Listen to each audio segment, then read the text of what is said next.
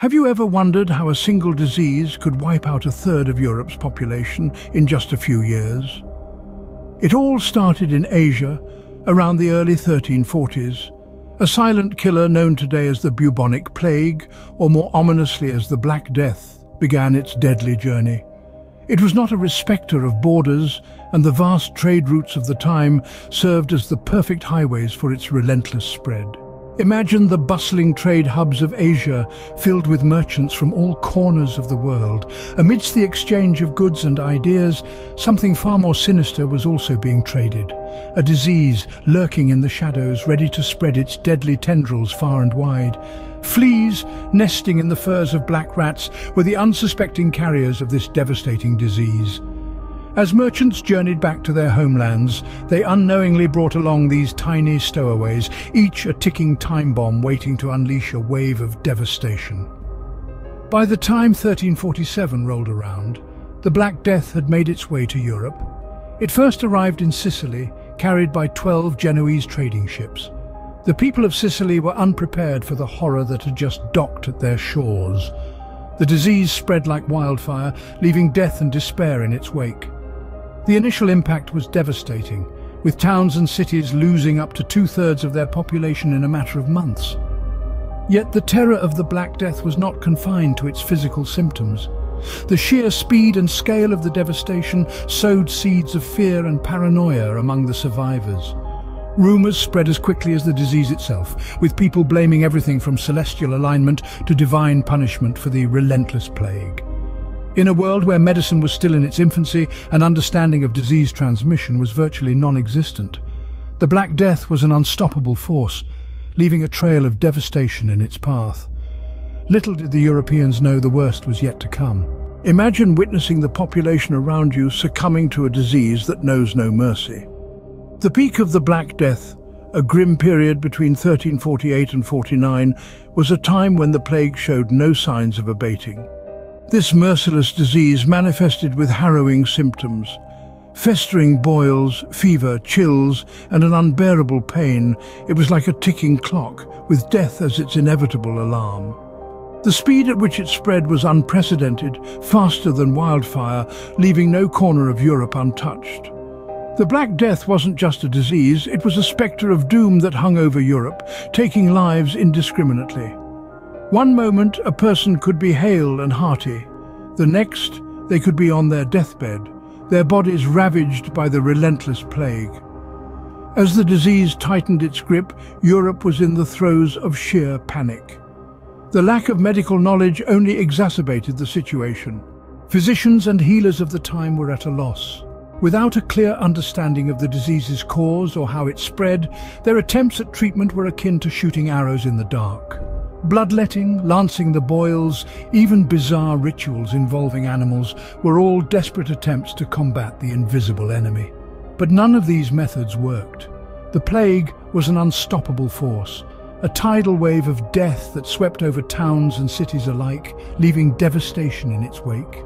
The sheer rapidity of the disease's spread, coupled with ineffective treatments, only served to increase the panic and chaos.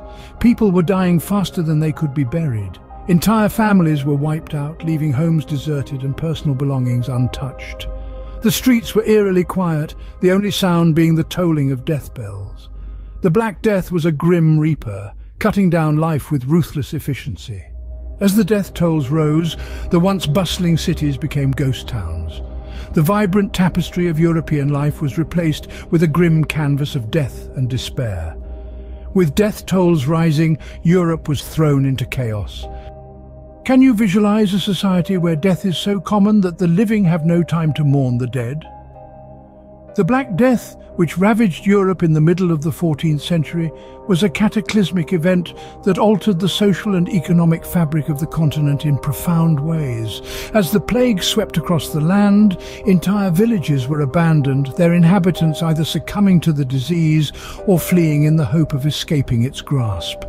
This mass desertion led to a dramatic reduction in the population, creating a labor shortage that shook the very foundations of the feudal system.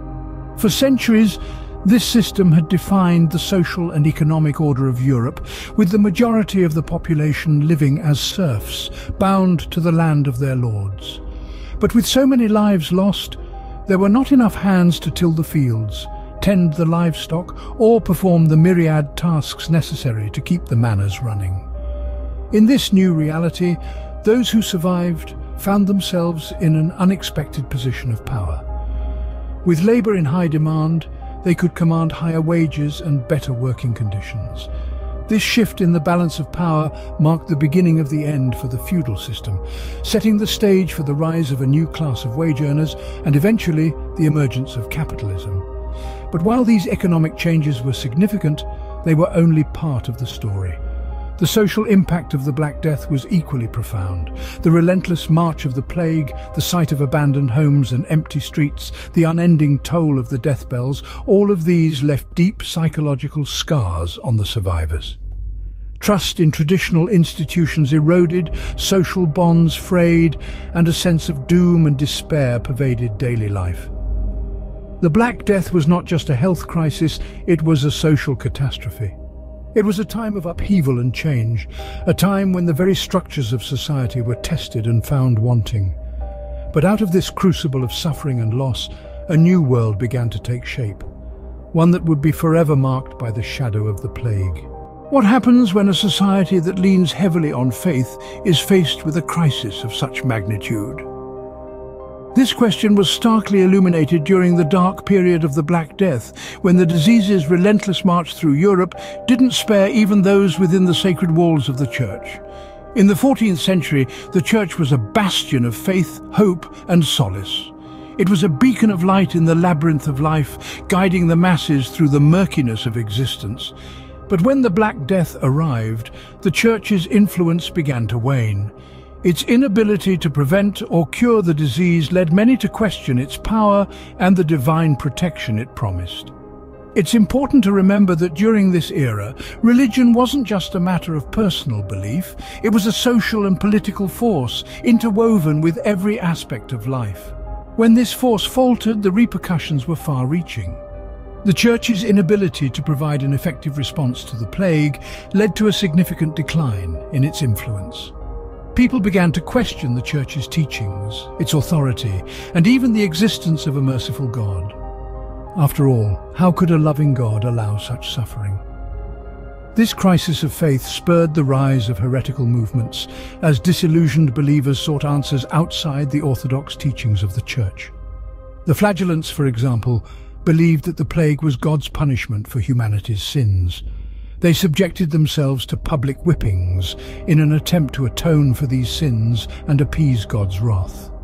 Meanwhile, the Lollards, led by John Wycliffe, criticized the Church's corruption and called for a more direct relationship with God, bypassing the need for clergy. These movements, while differing in their beliefs and practices, shared a common thread: a rejection of the Church's authority. They marked the beginning of a shift in the religious landscape of Europe, a shift that would continue to unfold in the centuries to come. In the face of death, faith was questioned and power structures started to crumble. The Black Death didn't just leave a trail of bodies in its wake, it also left a legacy of religious upheaval that would change the course of European history. How does a society recover from a devastation that claimed millions of lives? This is the question that Europe grappled with in the aftermath of the Black Death, a cataclysmic event that decimated its population in the 14th century. The post-Black Death era was marked by a slow, painstaking recovery. The loss of so many lives left a void that took generations to fill. Europe's population, once teeming with life, had been drastically reduced. It's believed that it took nearly 200 years for the population to return to its pre-Black Death levels. The profound emptiness left by the Black Death was a grim reminder of its devastating impact. But from this devastation, there emerged profound changes in the social, economic, and religious structures of Europe. The scarcity of labor led to increased wages for workers, and the redistribution of wealth brought about by the death of so many landowners led to a shift in economic power. These changes ultimately paved the way for the rise of the middle class, and laid the groundwork for the economic structure of modern Europe. Religion too underwent a transformation. The Church, once an unchallenged authority, faced criticism for its inability to prevent the plague. This led to a surge in skepticism and the emergence of new religious movements, changing the religious landscape of Europe forever. The Black Death, despite its horrific toll, left a legacy that has shaped the course of history.